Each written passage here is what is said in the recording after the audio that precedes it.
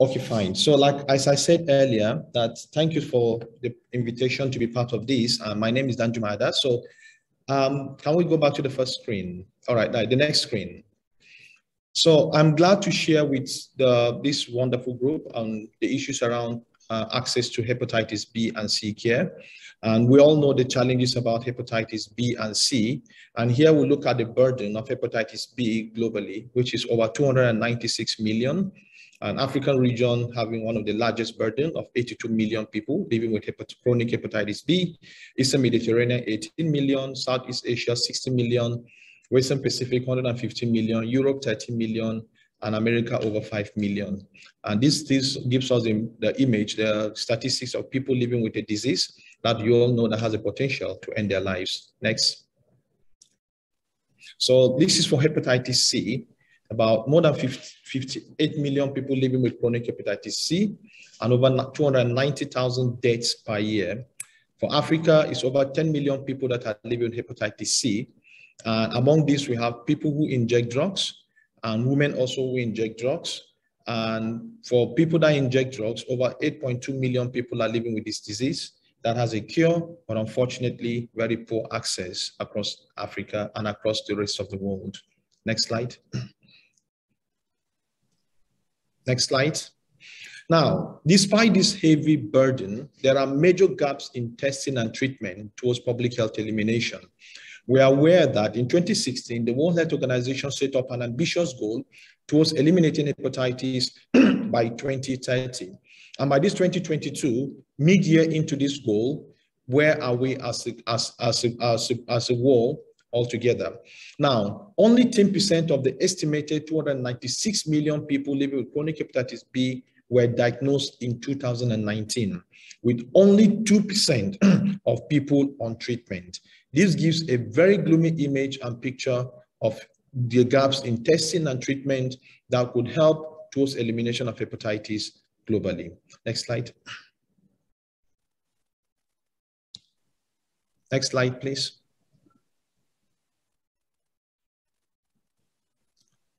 Next slide, please.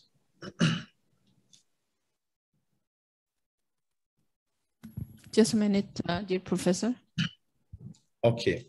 So globally, hepatitis B alone records over 990,000 in Africa, sorry. In Africa, over 990,000 to about 1 million new infections.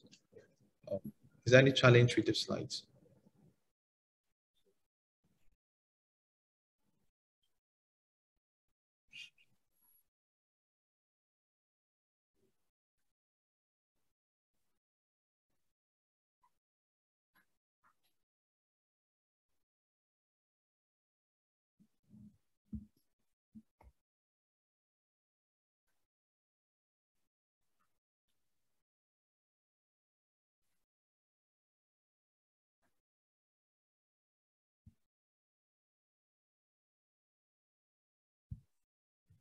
Is that okay now? The fifth slide, slide 5. Back to the other one. All right, fine, this is where we were. So at the global stage, in 2019, over 1.5 million new infections occurred, with Africa having over 1 million, and over 820,000 deaths attributed to hepatitis B, and over 290,000 deaths attributed to hepatitis C. Together, hepatitis B and C cause over 1.1 million deaths across the world, with Africa alone having over 80,000 deaths attributable to hepatitis B and over 45 million deaths attributable to hepatitis C, and over 990,000 new infections for hepatitis B and over 210,000 new infections for hepatitis C. And all of this boils down to issues around access to treatment and access to care for populations around the world. Next slide. Now, what is it that needs to be done to improve, to be able to diagnose people? You know that someone who is not diagnosed cannot access care. So the development of effective and well-tolerated DAAs, direct-acting antiviral, has made the goal of hepatitis C elimination possible. And of course, the cost is cost-effective, and is of course associated with decreased complications of HCV and improvement in patient-related outcomes. And I'm glad that the people listening are specialists gastroenterologists, hepatologists, and clinicians who are in the forefront of driving this elimination. Next slide. Now, despite the fact that there's a heavy burden of hepatitis B and C, and the globally accepted best practice of screening and linkage to care, there are disparities, which is what we're talking about this morning, as barriers to elimination goals of viral hepatitis. The hepatitis C cascade of care defines the steps that is required to progress from diagnosis to cure, and it is structured around the steps of testing, linkage to care, and treatment. Access to hepatitis B and C treatment is expanding as infectious disease specialists, general practitioners, primary care nurse practitioners join the gastroenterologists and hepatologists to provide hepatitis C and B treatment. 5-10 years ago, hepatitis B and C treatment was the exclusive preserve, mostly of specialists.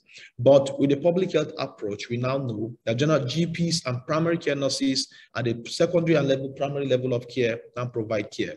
Unfortunately, access to care and treatment remains unequal. Disparities in linkage to care have been identified for racial minorities, in displaced populations, those lacking private insurance, rural populations, and those who use substances. Next slide, please. Now, disparities are serious barriers to elimination of hepatitis. But before we really address them, we need to understand three points. One, detecting those disparities, understanding those disparities, and reducing those disparities. We need to define what health disparities are. We need to define the vulnerable populations that face these disparities. We need to measure disparities in vulnerable populations, and we need to consider selection effects and confounding factors. In understanding disparities, we need to identify the determinants of health disparities and which occurs at the following level. Healthcare disparities occur at 3 levels in the system. One, healthcare disparities occur at the patient and individual level. Healthcare disparities towards hepatitis C treatment and access occur at the clinical level, and it occurs at the healthcare systems. Now, if we understand this, it will help us to reduce, and reducing now will adopt interventions, we evaluate, we translate and disseminate, and of course, possibly change policies. Next slide. Now, disparities in hepatitis B and C occurs is a multi-level issue. So understanding the origins of health care disparities in viral hepatitis treatment and access from a health service research perspective, and key potential determinants of health disparities within the healthcare system, which, as we mentioned earlier, occurs at the individual level, provider level, and health system, is very crucial and important for improving health outcomes and elimination goals of viral hepatitis. At the healthcare systems, we have health services organization, financing and delivery, healthcare organizational culture, quality improvement. At the individual level, there are beliefs and preferences. There are race, ethnicity, culture, familial context, education and resources, biology. At the clinical, of course, the disparities occur at the provider communication, cultural competencies, and also knowledge and attitudes, and computing demands and bias. So all of these are the multi-level determinants of disparities that affects hepatitis B and C access and treatment for populations. Next slide. So addressing health disparities is important, not only from a social justice standpoint, but for improving our populations and citizens' overall health and economic prosperity. Studies have shown existence of multi-level determinants of healthcare disparities in accessing hepatitis B and C testing and treatment. And as I mentioned earlier, the disparities occur at 3 levels. One, at individual level. And what are those? Low literacy level that fuels poor adherence. The clinician sees the patient, and of course, because of also the low ratio of healthcare providers to patient populations, maybe the clinician spends less than 5 minutes and the patient goes to the community. But due to low literacy level, there's usually poor adherence to medication and treatment. And at the individual level, we have the uninsured populations and the underinsured populations, poverty, and mental health. So understanding this about the patients you see as a clinician would help you understand disparities that those patients that may be a barrier to the patient accessing treatment and the care that he needs.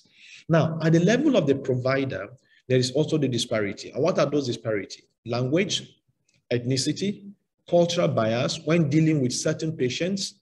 And it is already a documented fact that sometimes clinicians or people might have bias towards either social status or culture or possibly religion in some areas of patients and people they see. These forms barriers at the level of the healthcare provider.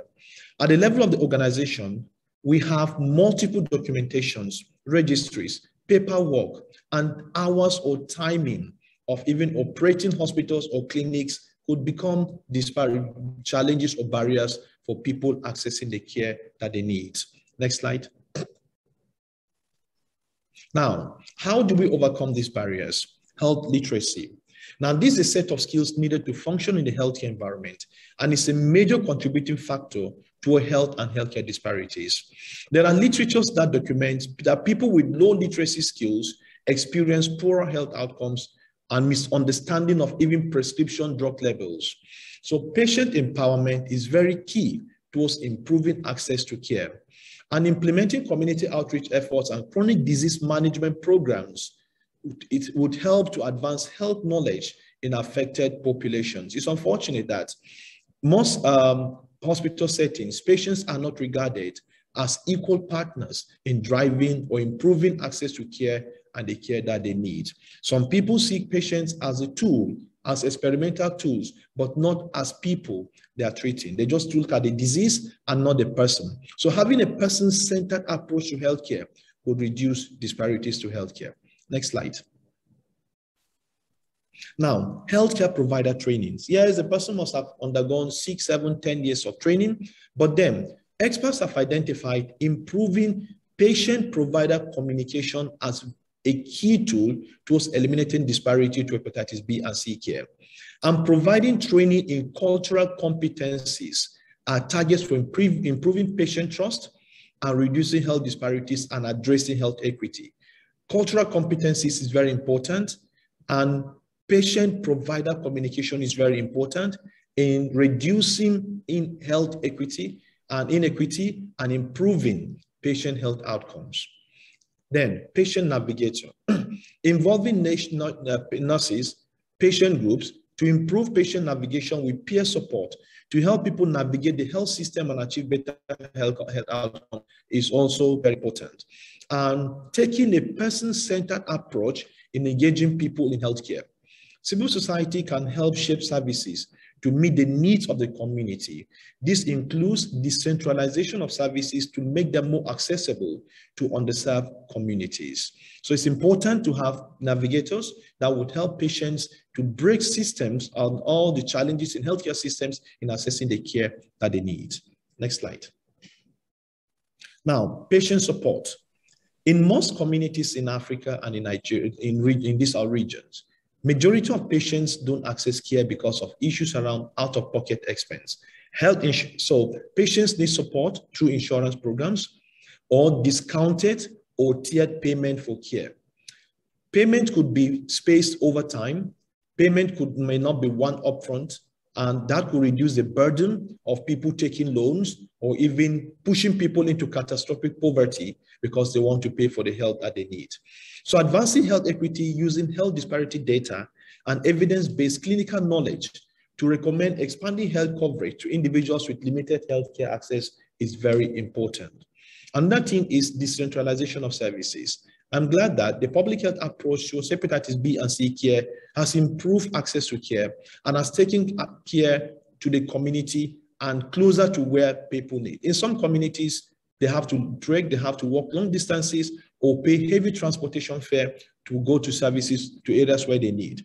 And unfortunately, most regions in Africa lack infrastructure, diagnostic platforms at primary and secondary levels of care. So even at that proximal level of care, patients will not have the care that they need. So improving patient clinic communication, such as mobile health technology, could also help to improve and reduce healthcare disparity so that the specialists will still be there and we're able to provide mobile health technology as a way of improving and reducing barriers to healthcare. Next slide.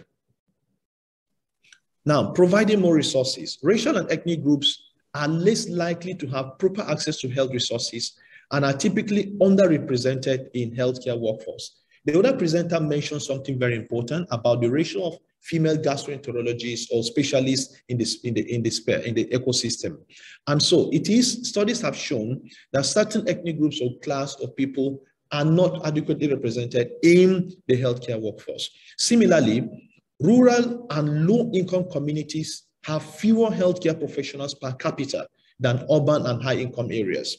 In some parts of Africa, and even especially in areas with crisis or security challenges, healthcare workers migrate to areas where they feel safer and where there is better socioeconomic activities, leaving our populations in underserved and hard-to-reach areas. So, strengthening and sustaining healthcare resources can help providers better serve people in these at-risk areas. Motivation could help a lot in improving workforce outcomes. Next slide. So what else do you need to do? You need to track results. Monitoring and documenting a program's effectiveness and health impact enables healthcare organizations to determine what is working and find improvement opportunities to improve health outcomes for all. So in your facility, in your community, as you initiate programs to reduce health disparities, you need to monitor, you need to get patients' feedback, you need to obtain people's input to understand if that approach is working or not. Next slide. Now, we cannot achieve viral hepatitis elimination without addressing health equity. We have the tools. We can screen, vaccinate, and treat hepatitis with medication and cure, but the people most at risk don't have access. And these are some of the issues we've identified. Healthcare insurance, out-of-pocket expense, cultural issues, healthcare providers, communication, multiple systems, documentation, and health issues. Form system barriers that patients will need to overcome in order to access the healthcare that they need. Next slide. Thank you so much for this opportunity to speak, and I hope we enjoyed the day. Thank you.